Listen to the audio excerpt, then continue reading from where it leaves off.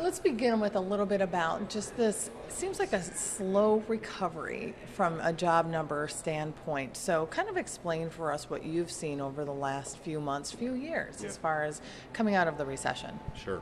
Yeah, well, we're officially 3 years now into the recovery. During that time, we've regained now over half of the jobs that we lost during the 18-month-long recession. So, if you put that in a bit of a perspective, it's taken us twice as long to regain half the jobs that we lost. So clearly this recovery has not been as robust as we would like.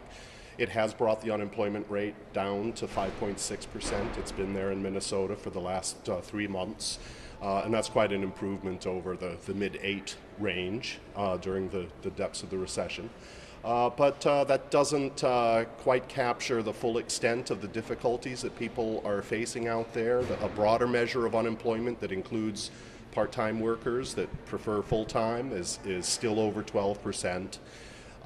So we have a long way to go, but we have been slowly getting there, albeit a bit too slowly for most. Some of the biggest job losses and the consistent job losses are in the public sector, excuse me. Do you see any changes in this trend as well, or do you think it's just going to continue? Well, sure. Over the last couple of years, we've gained about 83,000 private sector jobs, but we've lost nearly 8,000 public sector jobs. So you're right in that the public sector has been a drag on the recovery in terms of adding jobs, or in that case, losing jobs. It's hard to say what fiscal policy will look like. We're certainly facing at a federal level the real threat of some severe cutbacks, and that'll certainly impact state employment, not only federal employees, but state employees and even local employees that are funded by federal monies. So the sequestration that may occur at the end of the year, if Congress doesn't take action, could present a real contraction on the part of the public sector. From a statewide perspective, the Republicans, their mantra is, of course, private sector growth. That appears to be working. Some of the many members of the DFL think that there needs to be more money put into public sector jobs, particularly bonding. From your perspective, what kind of formula do you think would make for a successful road to recovery, maybe less sluggish, to use other people's words? Yeah, well, certainly avoiding the contraction that would occur if sequestration happens at the end of the year. And that ought to be priority number one in terms of avoiding a severe contraction in employment. I think many people will point to the low interest rates and the state's ability to borrow money if it so chooses, and the need for infrastructure investment, and all those would add jobs. I would mention that one of the areas that's been doing relatively well is construction.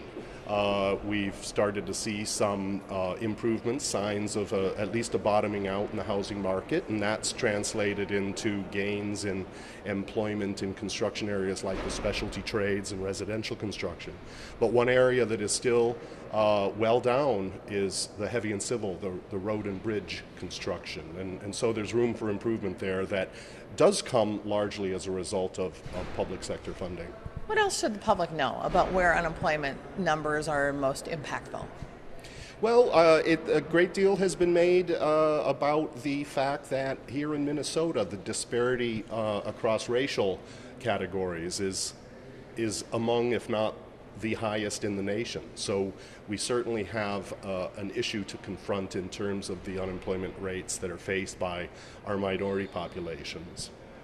Steve, for somebody who studies the numbers and studies the trends, would you say you're optimistic about this recovery, pessimistic? What words and kind of classify or categorize it for us? Well, I guess inherently I'm always somewhat on the optimistic side compared to a lot of people out there that are pointing to a lot of negative numbers. The recovery has been steady, but still slow enough that there are bound to be some negative signs across the broad array of data that we look at. I would say that based on some numbers that we're in the process of finalizing, and I can't say what the specific number will be, but the number of vacancies that employers were reporting to us in the second quarter looks to be about the highest we've seen in about 10 years. There's another measure of vacancies that comes out of the conference board that is at historic highs over the last couple of months. So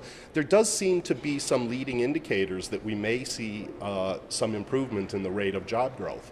But at the same time, we face some headwinds. I mentioned the sequestration issue, conditions globally, the slowdown in Europe and China and India and other places that we're reliant on for exports. So there are certainly some headwinds that we're facing, and if another shock like a fiscal contraction occurs, I mean, we're fragile enough that I would not be surprised at all if that was enough to put us into a recessionary situation, or certainly heighten the risk of that. How specific can you get into where these job vacancies are right now? Are they jobs that are considered desirable? Well, I wish I could be a little more specific. Like I say, we're just hammering through the numbers right now, but we're certainly seeing high rates of vacancy in some of the IT specialties. We're seeing those vacancies improving, albeit from very low levels, but in areas like construction, the production occupations that are primarily within the manufacturing sector, which has also been doing well. But some of those other areas, publicly funded teachers, for example, the educational occupations are not doing as well. We're seeing a real sluggishness in some of those areas that are most sensitive to consumer spending, like retail trade and the leisure and hospitality sector. Those are two areas that continue to struggle. They're still down over last year, primarily because consumers are not spending. They're trying to draw down their debt, and they're uncertain about their job stability or job prospects. So we're certainly seeing challenges there. Okay, Steve Hine, we certainly appreciate your time today. Well, thank you very much.